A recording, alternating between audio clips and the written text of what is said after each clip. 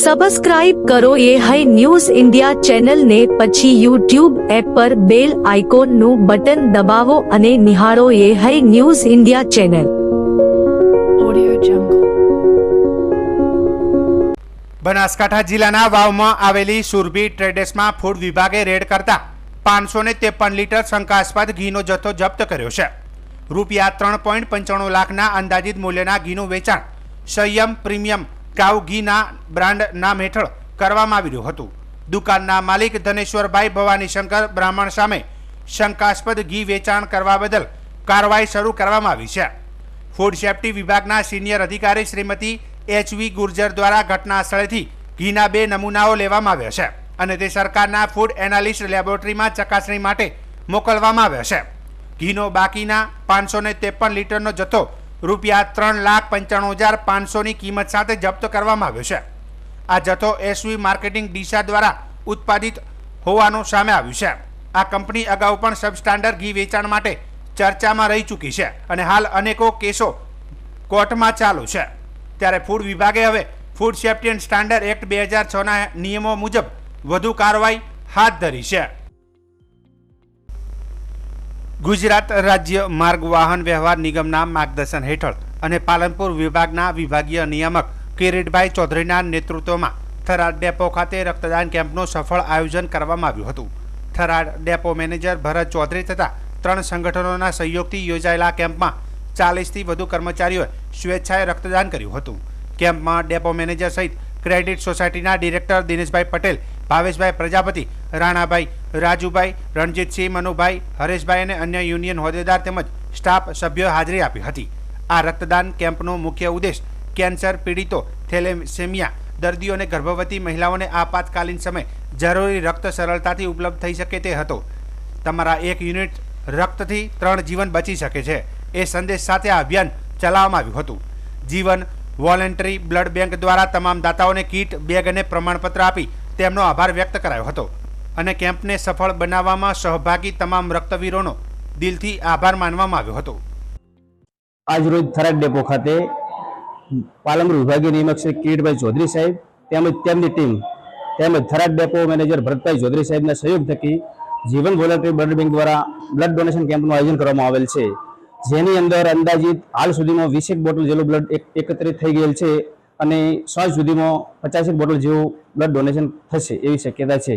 અને દરેક driver, conductor ભાઈઓ તેમજ જાહેર જનતા બ્લડ ડોનેશન કેમ્પમાં ઉત્સાહથી ભાગ લઈ રહ્યા છે અને જે લોકો બ્લડ ડોનેશન આપે છે તેમને બ્લડ બેંક દ્વારા પ્રમાણપત્ર આપવામાં આવે છે અને એમને 5 લાખનો 1 વર્ષ પૂરતો મર્યાદિતમાં વીમો પણ આપવામાં આવે છે અને એમને લેબોરેટરીનો કોઈ પણ ચાર્જ લેવામાં આવતો નથી અને 50% એમાં રાહત આપવામાં આવે છે. આ કેમ્પનું આયોજન કઈ રીતે? આ કેમ્પનું આયોજન પાલનપુર વિભાગીય નિયામક કિરીટભાઈ ચૌધરી સાહેબના આદેશ મુજબ કરવામાં આવેલ છે અને લોકોને બ્લડની જરૂર પડે તો એકત્રિત બ્લડ હોય તો સંકટના સમયે પણ કામ આવી શકે અને ડ્રાઈવર, કંડક્ટરને ઘણી વખત બ્લડની જરૂર પડતી હોય છે તો સાહેબ દ્વારા ગમે તે બેંકને કહેવામાં આવે છે અને ત્યાંથી બ્લડ પણ આપવામાં આવે છે. બનાસકાંઠા જિલ્લાના થરાદ તાલુકાના ખેડૂતો યુરિયા ખાતરની અછતથી પરેશાન છે. તેમણે નેનો યુરિયા બંધ કરી સમયસર પૂરતું ખાતર પૂરું પાડવાની માંગ સાથે આવેદનપત્ર આપ્યું છે. થરાદ તાલુકો ખેતી અને પશુપાલન આધારિત વિસ્તાર છે. અહીં વર્ષભર 3 સિઝનમાં ખેતી થાય છે. આ કારણે અન્ય તાલુકાઓની સરખામણીએ યુરિયા ખાતરની વધુ જરૂરિયાત રહે છે. થરાદની આસપાસ વાવ, સુઈગામ અને દિયોદરના ખેડૂતો ઉપરાંત રાજસ્થાનના ખેડૂતો પણ બિયારણ, દવા અને ખાતરની ખરીદી થરાદથી કરે છે. છેલ્લા 3 વર્ષથી દરેક ખરીફ અને રવિ સિઝનમાં પિયત સમય યુરિયા ખાતરની અછત સર્જાય છે. આના કારણે ખેડૂતો પોતાના પાકને સમયસર પિયત કરી શકતા નથી. થરાદની જમીન વર્ષો જૂની પિયતવાળી અને સૂકો પ્રદેશવાળી છે. આથી નાઇટ્રોજનની કમી મોટા પ્રમાણમાં વર્તાય છે. યુરિયા ખાતર વગર કેટલાક મુખ્ય પાકો થઈ શકતા નથી. આના કારણે ખેડૂતોને આર્થિક નુકસાન થાય છે. ખેડૂતોની ફરિયાદ છે કે યુરિયાની જગ્યાએ તેમને નેનો યુરિયાની બોટલ આપવામાં આવે છે. તેમના અનુભવ મુજબ આ બિનઉપયોગી અને બિન અસરકારક છે. તાલુકા સંઘ, જિલ્લા સંઘ અથવા તો અન્ય દુકાનદારો ખેડૂતોને આ નેનો યુરિયાની બોટલ લેવા માટે દબાણ કરે છે. આના કારણે દુકાનદાર અને ખેડૂત વચ્ચે સંઘર્ષ થાય છે. ખેડૂતોની માંગ છે કે નેનો યુરિયાની બોટલ સંપૂર્ણપણે બંધ કરવામાં આવે, સાથે સમયસર પૂરતા પ્રમાણમાં યુરિયા ખાતર પૂરું પાડવામાં આવે, જેથી તેઓ પોતાની ખેતી યોગ્ય રીતે કરી શકે. થરાદ તાલુકા કિસાન સંઘર્ષ સમિતિ અને બહોળી સંખ્યામાં ખેડૂતો હાજર રહી આજે આવેદનપત્ર પાઠવ્યું હતું. આજે પ્રાંત સાહેબને તમામ ખેડૂતો વતી આવેદનપત્ર આપ્યું છે. ખરીફ સિઝનમાં યુરિયા ખાતરની ખૂબ તંગી આવી છે. ખેડૂતો જ્યાં ત્યાં યુરિયા ખાતર માટે ફાંફા મારે છે. બનાસકાંઠામાં યુરિયા ખાતરનો 40,000 મેટ્રિક ટનની જરૂરિયાત હોય છે. એની સામે જૂન મહિનામાં એક પણ બેગ ફાળવણી કરવામાં નથી આવી અને જુલાઈમાં ફક્ત ને ફક્ત 10,000 થી 12,000 ટનનો યુરિયાની ફાળવણી કરી છે. એની સામે ઘણી બધી ઘટ છે. જ્યારે 25,000 થી 30,000 ટનની યુરિયા ખાતરની ખાલી બનાસકાંઠામાં જ ઘટ હોય ત્યારે ખેડૂતોની અને ખેતીની શું પરિસ્થિતિ થાય ખરીફ વાવેતરમાં એ આપ સૌ સમજી શકો છો. આજે તાજેતરમાં વરસાદ વધારે થવાથી જે ખેડૂતોનો પાક છે પીળો પડી ગયો છે અને નાઇટ્રોજનની તાત્કાલિક જરૂરિયાત છે અને નાઇટ્રોજન યુરિયામાંથી મળે છે અને યુરિયા ખાતરની જ અત્યારે તંગી છે. ત્યારે સરકારને હું પ્રશ્ન પૂછવા માગું છું કે તમે યુરિયા સબસિડી બંધ કરી છે કે ખેડૂતોને તમે જે ડબલ પાકનો કહો છો અને ડબલ જે આવકની વાત છે એની જગ્યાએ ખેડૂતો અત્યારે રાતા પાણીએ રોવાનો વારો આવ્યો છે અને કાળા બજારીઓને તમે છૂટો દોર આપેલો છે. ઉદ્યોગોને પણ યુરિયા સરકાર ફાળવે છે પણ ખેડૂતોને ફાળવતી નથી. ત્યારે સરકારને મારી નમ્ર વિનંતી છે કે કાળો બજારીઓના તમામ જગ્યાએ જે ગેરકાયદેસર રીતે યુરિયા પડ્યો છે ત્યાં દરોડા પાડવામાં આવે. ઉદ્યોગોને જે યુરિયા ખોટી રીતે ફાળવવામાં આવે છે એ તાત્કાલિક બંધ કરી અને બનાસકાંઠામાં ફક્ત 30,000 ટન યુરિયાની ઘટ છે એ આ 7મા અને 8મા મહિનામાં ફાળવવામાં આવે તો ખેડૂતોની જરૂરિયાત પૂરી થાય એમ છે. જો આ 5-7 દિવસોમાં સરકાર નિર્ણય નહીં લે તો ખેડૂતો વતી અમારે રસ્તા ઉપર ગાંધી ચિંધ્યા માર્ગે આંદોલન કરવાની જરૂરિયાત પડશે.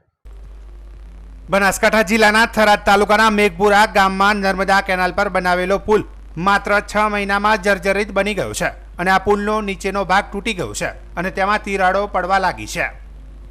આ પુલ થરા, ચાંગડા અને મેઘપુરા ગામના લોકોની અવરજવર માટે મહત્વનો છે. સ્થાનિક લોકો અને શાળાના બાળકો પણ આ પુલનો ઉપયોગ કરે છે. ખેતરોમાં જવા માટે આ નાળું બનાવવામાં આવ્યું હતું. તેની નજીક ગણેશપુરા ગોળિયું નિશાન પણ આવેલું છે. સ્થાનિક લોકોએ આ મામલે ભ્રષ્ટાચારના આક્ષેપો લગાવ્યા છે. તેમના મતે કેનાલમાં પાણી છોડાય તે પહેલા જ પુલ તૂટવા લાગ્યો છે. આ બાબત નિર્માણની ગુણવત્તા સામે પ્રશ્ન ઊભો થયો છે. કોંગ્રેસ નેતા માંગીલાલ પટેલે જણાવ્યું કે આ સુજલામ સુફલામ કાચી કેનાલ પર નાળા બનાવવામાં આવ્યું છે તે એકદમ જર્જરિત હાલતમાં છે અને ટૂંકા ગાળામાં તેના ખોપરા નીકળી ગયા છે. તેમણે ચેતવણી આપી છે કે જો આ ચાલુ પાણી દરમિયાન તૂટે તો મોટી હોનારત થઈ શકે છે. તેમણે સરકાર પાસે તાત્કાલિક ધોરણે કામગીરી કરવા અને કોન્ટ્રાક્ટર સામે કાર્યવાહી કરવાની માંગ કરી છે. નામ ઠાકોર મેરુજી, ગામ મેઘપુરા ગામથી પસાર થતી કાચી કેનાલ સુબલામ તે ગામમાં પુલ ખેતરો માટે બનાવેલો હતો. તેમાંથી અવારનવાર વસ્તી કરતી હતી. તે પુલ હાલમાં તૂટી ગયેલો છે અને એ પુલને બનાવવા માટે સરકારને નમ્ર વિનંતી છે. કેટલો ટાઈમ જૂનો પુલ? 6 મહિના થયા.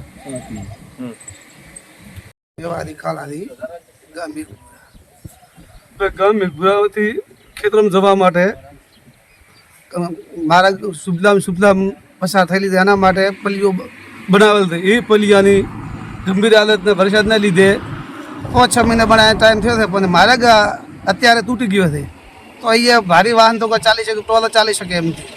એ છોકરાને ભણવા જવા માટે એની અવર જવર માટે તકલીફ રહે છે અને એ 50 થી 40 ખેતર આવેલા છે તો ખેડૂતોને પણ તકલીફ પડે છે ખૂબ. અને કોન્ટ્રાક્ટરની બેદરકારીએ તો સરકારશ્રીને કહેવા માગું છું તો વહેલી તકે આવવાની જવાબદારી અને ઉતાવળ કરે આવી મારી નમ્ર વિનંતી છે. કાળારી મેઘપુરા, અમારે મેઘપુરાના જે પલ બનાવેલો છે એમાં અમારા ગામના અડધા ખેતર પેલી બાજુ છે એમને આવવા જવા માટે પલ બનાવેલો હતો અને જે કોન્ટ્રાક્ટરે બેદરકારીથી કોઈ કારણસર કોઈ એમાંથી ખાઈ જાય છે પૈસા, બાકી પુલ હલકો બનાવ્યો હતો એના લીધે હવે અમારે ટ્રેક્ટર બી લીધાવો હોય તો હાલમાં હેડ એમ નથી. એટલે અમારે કોઈ માર્ગની નિયાળે જવા માટે પણ બાળકોને તકલીફ છે. રાહથી લોહાણા સુધી ગુજરાત સ્ટેટ હાઈવે આવેલો છે અને એની વચ્ચે મેઘપુરા પાસે સુફલામ નર્મદા નહેરની જે કાચી નહેર છે એ પસાર થાય છે અને એના ઉપર એક પુલ બનાવવામાં આવ્યો છે. એ પુલને ચાલુ થયાને ફક્ત 5 થી 6 મહિના થયા છે, પણ એની ગુણવત્તા હલકી છે, એની કામગીરી હલકી છે. અડધો પુલ તો એમ ગણો કે જર્જરિત થઈ ગયો છે, અડધો પડી ગયો છે, અને જે સાધનો પણ એના ઉપરથી વ્હીકલ પસાર થાય છે એ ભારે વાહન પસાર થાય એ પણ જોખમી રીતે પસાર થાય છે. માટે જે સરકારને વિનંતી કરું છું કે આ જે રોડ બનાવ્યો છે, જે પુલ બનાવ્યો છે, એની કામગીરીની સમીક્ષા કરવામાં આવે અને જેણે પુલ બનાવ્યો છે એના સામે યોગ્ય પગલાં લેવામાં આવે. નહીં તો તાત્કાલિક જેમ વડોદરામાં મોટી પુલની હોનારત થઈ છે એવી પણ અહીંયા થઈ શકે. જો કે સમગ્ર મામલે યે ન્યૂઝ ઇન્ડિયાના પ્રતિનિધિએ કોન્ટ્રાક્ટર સાથે ટેલિફોનિક વાતચીત કરી હતી અને તેમણે જણાવ્યું હતું કે આ પુલ નહીં પરંતુ ખેતરોમાં જવા માટે નાળું બનાવવામાં આવ્યું છે. તેમણે એમ પણ કહ્યું કે દબાણ થયું છે અને અધિકારીઓએ સર્વે કરી લીધું છે. આ જર્જરિત પુલ સ્થાનિક લોકો માટે જોખમરૂપ બની શકે છે. સ્થાનિક લોકો માટે આ પુલ અન્ય વિસ્તારો સાથે જોડવાનું મુખ્ય માધ્યમ છે. હવે તંત્ર આ બાબતે શું પગલાં લેશે તે હવે જોવું રહ્યું. આજે લોકસભામાં ઓપરેશન સિંદૂર પર ચર્ચા દરમિયાન કેન્દ્રીય ગૃહમંત્રી અમિત શાહે કોંગ્રેસના સાંસદ અને ભૂતપૂર્વ ગૃહમંત્રી પી ચિદમ્બરમના નિવેદન પર આકરા પ્રહારો કર્યા હતા. તેમણે પ્રશ્ન ઉઠાવ્યો હતો કે પાકિસ્તાનને બચાવવાનો પ્રયાસ કરીને કોંગ્રેસને શું પ્રાપ્ત કરશે. અમિત શાહે કહ્યું કે ચિદમ્બરમનું નિવેદન સમગ્ર વિશ્વ સમક્ષ પાકિસ્તાન પ્રત્યેના તેમના પ્રેમની ઘોષણા છે. कल इस देश के पूर्व गृह मंत्री चिदंबरम जी ने सवाल उठाया कि क्या प्रूफ है कि ये आतंकवादी पाकिस्तान से आए और मान्यवर ने कब उठाया? जब संसद में चर्चा होने वाली थी. क्या कहना चाहते हैं चिदंबरम साहब? किसको बचाना चाहते हैं? पाकिस्तान को बचाकर आपको क्या मिलेगा? मान्यवर, हमारे पास प्रूफ है, वो भी मैं सदन के सामने रखना चाहता हूं कि तीनों पाकिस्तानी थे. 3 में से 2 के पाकिस्तान के वोटर नंबर भी आज हमारे पास उपलब्ध है. मान्यवर, ये राइफलें हैं, ये राइफलें भी हमारे पास उपलब्ध है. इनके पास से जो चॉकलेटें मिली हैं वो चॉकलेटें ढोक में से मिली, वो भी पाकिस्तान की बनाई हुई चॉकलेट है. मान्यवर, ये कहते हैं कि पाकिस्तानी नहीं थे, इसका मतलब पूरी दुनिया के सामने इस देश का एक पूर्व गृह मंत्री पाकिस्तान को क्लीन चिट दे रहा है. और मान्यवर, वो पाकिस्तानी आतंकवादी नहीं थे ऐसा बोलकर श्री चिदंबरम अगर पाकिस्तानी आतंकवादी नहीं थे तो पाकिस्तान पर हमला क्यों किया वो भी सवाल खड़ा कर रहे हैं. मान्यवर, आज पूरी दुनिया ने हमारे संसद सदस्य गए थे, स्वीकारा था कि हमला पाकिस्तान ने किया है. और इस देश का गृह मंत्री जो कांग्रेस पार्टी से आता है वो कहता है कि क्या सबूत है? पाकिस्तान को बचाने का इनका ये षड्यंत्र आज 130 करोड़ लोग जान रहे हैं. बच नहीं पाओगे आप लोग. બનાસકાંઠા જિલ્લાના પાલનપુર પૂર્વ પોલીસ સ્ટેશન વિસ્તારમાં ખંડણી સહિતના અનેક ગુનાઓમાં સંડોવાયેલા 2 શખ્સોને પોલીસે ઝડપી લીધા છે. આ બંને આરોપીઓ સામે પાલનપુર પૂર્વ પોલીસ મથકે ખંડણી ફરિયાદ નોંધાઈ હતી. જિલ્લા પોલીસ વડા અક્ષયરાજ મકવાણાની સૂચના અનુસાર પાલનપુર પૂર્વ પોલીસ મથકના પીઆઈ એસ.એમ. પટણીએ તેમની ટીમ સાથે આ બંને શખ્સને પકડી લીધા અને ત્યારબાદ તેમનું જાહેરમાં રિકન્સ્ટ્રક્શન કરવામાં આવ્યું હતું. પીઆઈ એસ.એમ. પટણીએ જણાવ્યા અનુસાર 10 દિવસ પહેલા ખંડણીની એક ફરિયાદ દાખલ થઈ હતી. જિલ્લા પોલીસ વડાએ આ મામલે કડક પગલાં લેવા અને આરોપીઓને તાત્કાલિક પકડવા સૂચના આપી હતી. આ બંને આરોપીઓ અત્યંત સક્રિય ગુનેગારો છે. તેઓ અંદાજે 15 થી 20 જેટલા ગંભીર ગુનાઓમાં સંડોવાયેલા છે. આ ગુનાઓમાં કલમ 302 હત્યા, 307 હત્યાનો પ્રયાસ, ધાડ અને લૂંટ જેવા ગંભીર અપરાધોનો સમાવેશ થાય છે. આરોપીઓ લાંબા સમયથી ભાગતા ફરતા હતા. પોલીસે તેમને પકડી ગુનાના સ્થળે લઈ જઈ જાહેરમાં રિકન્સ્ટ્રક્શન કર્યું હતું. પોલીસે આ કાર્યવાહીથી વિસ્તારમાં ગુનાખોરી પર અંકુશ લાવવામાં મદદ મળશે.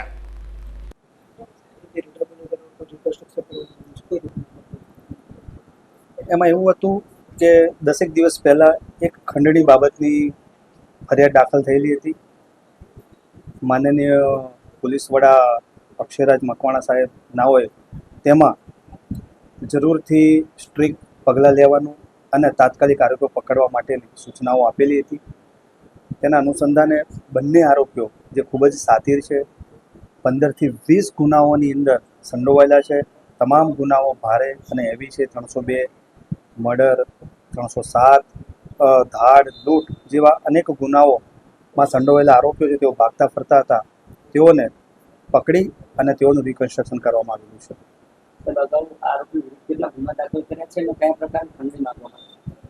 અગાઉ આરોપીઓ વિરુદ્ધમાં 15થી 20 ગુના છે. તમામ હેવી પ્રકારના છે. આર્મ્સ એક્ટ પણ છે અને લૂંટ ધાડ એમના માટે એક સામાન્ય બનાવ હોય એવી રીતે લોકો ગુના આચરતા હોય છે. લોકોમાં, પાલનપુર શહેરના લોકોની અંદર તેઓ ધાક જમાવવા માટે અને તેઓને જો ધંધો કરવો હશે શાંતિથી તો તેઓને દર મહિને લાખ રૂપિયા, 1.5 લાખ રૂપિયા, 50,000 એવા ફિક્સ પૈસા આપવા પડશે. તેવી વેપારીઓ પર એ લોકોની ધાક ધમકી આપી અને પૈસા પણ પડાવતા હતા. એવી નાની નાની ફરિયાદો પણ અમારી પાસે આવેલી હતી, જેના આધારે અમે લોકો એક્ટિવ થઈ ગયેલા હતા અને બંને આરોપીઓને પકડીને જેલમાં ધકેલી દેવામાં આવેલા છે. આરોપીને જ્યારે પકડવામાં આવ્યો ત્યારે આરોપીની ફેંટમાંથી એક મોટો છરો પણ મળી આવેલો છે. એટલે આરોપીઓ ઓલવેઝ તેમની પાસે હથિયાર રાખતા હોય છે.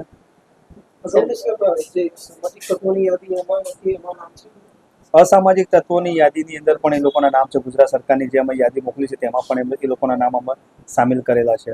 જનતાને શું અપીલ કરશો આ પ્રકારના ધમકી આપતા અસામાજિક તત્વોને? આ બંને આરોપીઓ તો સાતીર છે જ, પણ જનતાને પોલીસ વતી હું અપીલ કરવા માંગુ છું કે ગુજરાત પોલીસ, બનાસકાંઠા પોલીસ હંમેશા આપની સાથે છે. આપની આસપાસની અંદર કોઈ પણ આવા લુખ્ખા તત્વો હોય, કોઈ પણ ગુંડા તત્વો હોય, અસામાજિક તત્વો હોય તો અમારી પાસે આવો. જો અમારી પાસે ના આવો તો આપનું નામ પણ ખાનગી રહેશે. એ રીતે અમને અરજી આપો અથવા તો ફોનથી આપ કોન્ટેક કરશો તો અમે આવા અસામાજિક તત્વો પર કડક હાથે કામ લઈશું અને તેઓને છોડીશું. હવામાન વિભાગે આજે રાજ્યમાં ભારે વરસાદની આગાહી કરી છે, જેને પગલે માછીમારોને આગામી 4 દિવસ સુધી દરિયો ન ખેડવા સૂચના આપવામાં આવી છે. હવામાન વિભાગના જણાવ્યા અનુસાર આગામી 7 દિવસ સુધી રાજ્યમાં વરસાદી માહોલ જળવાઈ રહેશે. હાલ રાજ્યમાં 3 સિસ્ટમ સક્રિય છે. એક લો પ્રેશર સિસ્ટમ, એક ટ્રફ અને એક મોન્સૂન ટ્રફ ગઈકાલે ઉત્તર પશ્ચિમ મધ્યપ્રદેશ અને આસપાસના વિસ્તારોમાં બનેલી લો પ્રેશર સિસ્ટમ સક્રિય થઈ છે. આ ઉપરાંત ગઈકાલનો ટ્રફ હવે ઉત્તર પૂર્વ અરબી સમુદ્રથી દક્ષિણ બાંગ્લાદેશ સુધી ગુજરાત તરફ ફેલાયેલો છે. ત્રીજી સિસ્ટમ તરીકે એક સાયક્લોનિક સર્ક્યુલેશન ઉત્તર પશ્ચિમ મધ્યપ્રદેશ અને આસપાસના વિસ્તારો, ઝારખંડ અને નજીકના ઉત્તર છત્તીસગઢ અને ગંગા પશ્ચિમ બંગાળ પર સરેરાશ સમુદ્ર સપાટીથી 3.1 કિલોમીટર ઉપર ઓછા દબાણવાળા વિસ્તાર સાથે સંકળાયેલું છે. આ ત્રણેય સિસ્ટમ એક સાથે સક્રિય થતાં રાજ્યભરમાં વરસાદી માહોલ સર્જાયો છે.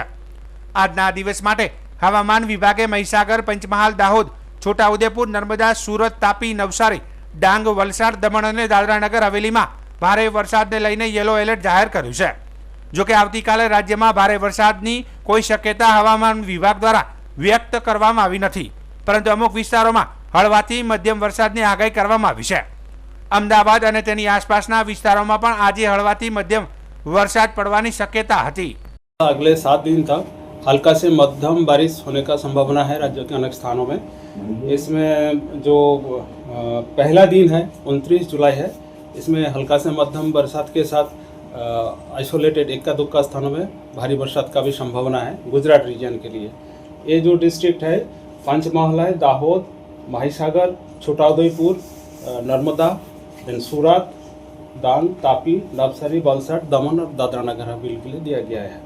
और बाकी दिन आपका हल्का से मध्यम बारिश होने का संभावना है दोनों क्षेत्रों में, गुजरात रीजन और सौराष्ट्र पर दोनों रीजन के लिए. और अभी थंडरस्टॉर्म वार्निंग अगले 3 दिन के लिए दिया गया है. इसमें थंडरस्टॉर्म विथ लाइटनिंग के साथ 30 से 40 किलोमीटर विंड स्पीड रहने का संभावना है. और जो फिशरमैन भाइयों के लिए और वार्निंग है अगले 4 दिन के लिए. पहला 3 दिन जो है स्क्वाली वेदर के साथ 45 to 55 kilometre, gusting to 65 kilometre रहेगा. वो 29 से लेकर 31 जुलाई तक गास्टिंग 65 किलोमीटर तक रहेगा. और जो 1 अगस्त है इसमें जो विंड स्पीड थोड़ा कम हो जाएगा, 40 से 50 किलोमीटर प्रति घंटा के साथ 60 किलोमीटर प्रति घंटा में रहने का संभावना है. अहमदाबाद और आसपास क्षेत्रों के लिए हल्का से मध्यम बरसात का संभावना है ठंडा शॉवर के साथ। और जो हमारा सिनॉप्टिक सिचुएशन है, एक लो प्रेशर सिस्टम अभी परसिस्ट कर रहा है अभी उत्तर पश्चिम Madhya Pradesh and neighbourhood, and इसका जो एसोसिएटेड साइक्लोनिक सर्कुलेशन है extend up to 5.8 kilometre above mean sea level. एक ट्रफ लाइन पास कर रहा है उत्तर पूर्व अरेबियन सी होते हुए दक्षिण बांग्लादेश तक across Gujarat, then cyclonic circulation associated with that low pressure area, then Gangetic West Bengal तक extend है at 3.1 kilometre above mean sea level। और जो मानसून ट्रफ का पोजीशन है सरफेस जो मानसून ट्रफ सरफेस लेवल में होता है Shri Ganganagar, then Delhi centre of low pressure area, Daltonganj, then Jamshedpur, Digha, then पूर्व दक्षिण होते हुए उत्तर पूर्व बे बंगाल तक विस्तृत है। अभी राज्यों में जो बरसात हुआ है 468.4 mm बरसात हुआ है, और जो नॉर्मल है जो सामान्य बरसात होना था 353.4 mm, जो सामान्य से 33% ऊपर, नॉर्मल से ऊपर है, ज़्यादा है।